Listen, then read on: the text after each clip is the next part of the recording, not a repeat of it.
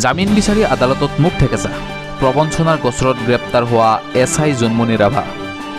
নমস্কাৰ, স্বাগতম জনাইছোঁ আপোনালোকক দ্য নিউজ অসম 24 ইউটিউব চেনেলৰ অন্য এটি ভিডিঅ'লৈ। ভিডিঅ'টো আৰম্ভ কৰাৰ আগত যদি আপোনালোকে দ্য নিউজ অসম 24 ইউটিউব চেনেলৰ ভিডিঅ'বোৰ সকলোতকৈ প্ৰথমে চাব বিচাৰে, তেতিয়াহ'লে এই চেনেলটোত ছাবস্ক্ৰাইব কৰি নটিফিকেশ্যন বেলটো অন কৰিবলৈ নাপাহৰিব। জামিন বিচাৰি আদালতত মুখ ঠেকেচা, প্ৰবঞ্চনাৰ গোচৰত গ্ৰেপ্তাৰ হোৱা SI জোনমণি ৰাভা। মাজুলীৰ সত্ৰ ন্যায়াধীশৰ আদালতে নাকচ কৰে SI জোনমণি ৰাভাৰ প্ৰথমখন জামিন আবেদন। উল্লেখ্য যে ভাবিচামি ৰাণা পাগাগৰ সৈতে মিলি প্ৰবঞ্চনাৰে লাখ লাখ সৰকুৱাৰ অভিযোগত গ্ৰেপ্তাৰ কৰা হৈছিল SI জোনমণি ৰাভাক। গড়মূৰ আৰক্ষী থানাত 3 দিন ধৰি চলোৱা জেৰাৰ অন্তত গ্ৰেপ্তাৰ কৰা হৈছিল আৰক্ষী বিষয়াগৰাকী। আনহাতে জানিব পৰা মতে পুনৰ জোনমণি ৰাভাক বৃহস্পতিবাৰে হাজিৰ কৰোৱা হ'ব আদালতত। ইতিমধ্যে মাজুলীৰ সত্ৰ ন্যায়াধীশৰ আদালতে নাকচ কৰে জোনমণি ৰাভাৰ প্ৰথমখন জামিন আবেদন।